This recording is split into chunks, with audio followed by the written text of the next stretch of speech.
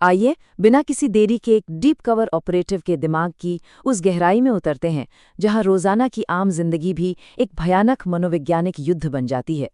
आज हम उस अकल्पनीय मानसिक तनाव का विश्लेषण करेंगे जिसे झेलते हुए एक जासूस सबके सामने रहकर भी महज एक परछाई बना रहा। जरा सोचिए उस इंसान के दिमाग पर क्या बीतती होगी जिसे पूरे 5 साल तक रोजाना गालियां खानी पड़ी, धूल फाकनी पड़ी, फटे पुराने कपड़ों और एक पागलपन के नाटक के पीछे एक ऐसा तेज दिमाग काम कर रहा था जो हर सेकंड चीजों को कैलकुलेट कर रहा था और सबसे बड़ी बात, वो समय से पहले हमला करने के उस भयंकर प्रलोभन को लगातार अपने अंदर दबा रहा था।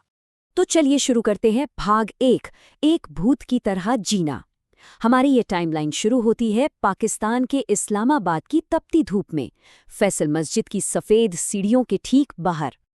अब देखिए, सड़क से गुजरने वाले किसी भी आम इंसान के लिए वो सिर्फ एक दयनीय भिखारी था जो दुत्कारे जाने पर पागलों की तरह हंसता था। लेकिन भीतर ही भीतर वो एक हाई ट्रेन्ड इंटेलिजेंस एजेंट था। वो हर रोज अपनी असली पहचान को कुचलने की एक ऐसी थका देने वाली दिमागी कसरत कर रहा था जिसकी हम और आप कल्पना भी नहीं कर सकते। इसके बाद आता है भाग 2, टॉर्चर टेस्ट से बचना। इस जासूस के मानसिक संतुलन की पहली बड़ी परीक्षा एक रहस्यमयी मैसेज के साथ शुरू हुई जिसमें सिर्फ 3 शब्द थे, फैसल मस्जिद पैकेज। हुआ ये कि वीआईपी गाड़ियों को पागलों की तरह साफ करने की उसकी इसी आदत ने आखिरकार मस्जिद के सिक्योरिटी चीफ तारिक का ध्यान खींच लिया। शक की बिना पर उसे सड़क से घसीटकर एक अंधेरे कमरे में फेंक दिया गया जहां एक बेहद क्रूर और भयानक टॉर्चर का सिलसिला शुरू हुआ। इस पूरी घटना में जो बात सच में रोंगटे खड़े कर देती है वो है इस एजेंट की मनोवैज्ञानिक अटूटता। मतलब भयानक मार खाने और खून से लथपथ होने के बावजूद वो दर्द से चीखा नहीं बल्कि फर्श पर रेंगते हुए पागलों की तरह बड़बड़ाता रहा। उसने अपने टॉर्चर करने वालों को पूरी तरह से यकीन दिला दिया कि वो सचमुच दिमागी रूप से विक्षिप्त है, ये कोई आम बात नहीं है। अब बढ़ते हैं भाग 3 की तरफ, संयम का बोझ। इस खौफनाक टॉर्चर को झेलने के बाद वो एक तरह से सुरक्षाकर्मियों की नजरों में पूरी तरह अदृश्य हो गया और यही वो चीज थी जिसने लगभग 1 साल बाद उसके संयम की सबसे बड़ी परीक्षा की नींव रखी।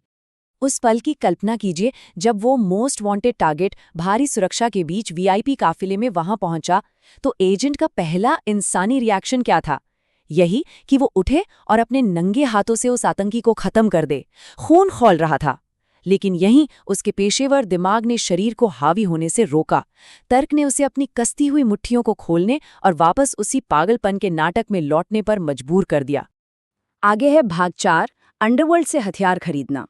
अब टारगेट की दिनचर्या तो साफ हो गई थी, लेकिन एक हथियार की जरूरत थी। मतलब आधी रात के अंधेरे में उसे कुछ समय के लिए अपने इस पागल भिखारी के भेष को उतार फेंकना था। यहाँ हमें उसकी गजब की दिमागी फ्लेक्सिबिलिटी दिखती है। एक पल में उसने भिखारी का रूप त्यागा और एक लोकल गुंडे का भेष धर लिया। फिर उसने रावलपिंडी के एक बेहद खतरनाक अंडरग्राउंड बार में घुसपैठ की और वहां के एक कुख्यात हथियार तस्कर से एक बेहतरीन साइलेंसर वाली 9mm रशियन पिस्तौल खरीद ली। भाग 5, 11 महीने का दर्द। अब आपको लग सकता है कि हथियार मिल गया, मतलब कहानी अपने क्लाइमैक्स पर है। लेकिन सच कहूं तो ये सहन शक्ति के एक और भी भयानक और दर्दनाक चरण की बस शुरुआत थी। पूरे 11 भयानक महीनों तक उसने उस ठंडे लोहे को अपनी फटी हुई जैकेट के अंदर सीने से दबाकर रखा। कड़ाके की सर्दियां, चिलचिलाती गर्मी, मॉनसून का कीचड़ और लगातार भूखमरी, ये सब उसने सिर्फ और सिर्फ अपने मानसिक दृढ़ता के दम पर सह लिया। वो ठंडी पिस्तौल उसके शरीर का हिस्सा बन चुकी थी। और फाइनली भाग 6, हमला और फरारी। वो अहम पल आ ही गया जब 3 काले रंग की गाड़ियां मस्जिद में वापस लौटती हैं और वो आतंकी गाड़ी से बाहर कदम रखता है। एक पागल की तरह चीखते हुए वो सीधे कार के बोनट पर कूद पड़ा। ये कोई बचकानी हरकत नहीं थी, बल्कि एक सोची समझी चाल थी। टारगेट की घिन और कन्फ्यूजन का फायदा उठाते हुए उसने उन आखिरी कुछ फीट की दूरी को खत्म कर दिया। और फिर 1 सेकंड के 100वें हिस्से में सब बदल गया। उसकी पागलों जैसी आंखें एकदम स्थिर हो गईं। बाएं हाथ ने कॉलर जकड़ा और दाएं हाथ ने जैकेट से पिस्तौल निकालकर बिना कोई आवाज किए सीधे टारगेट के माथे के बीचों बीच 3 गोलियां उतार दी। इसे कहते हैं कमांडो स्पीड। पलक झपकते ही भिखारी का भ्रम टूट चुका था। उसने पीछे आते गार्ड्स का रास्ता रोकने के लिए एक फल के ठेले को लात मारकर गिराया, रावलपिंडी की संकरी गलियों में दौड़ लगा दी, एक मोटरसाइकिल छीनी और सीधे हाईवे पर आ गया। इतने सालों बाद आखिरकार हवा सीधे उसके चेहरे से टकरा रही थी। लेकिन कहानी यहीं खत्म नहीं होती। खुले हाईवे पर पीछे से दर्जनों पुलिस की गाड़ियां सायरन बजाते हुए आ रही हैं और आगे पुलिस की भारी घेराबंदी है।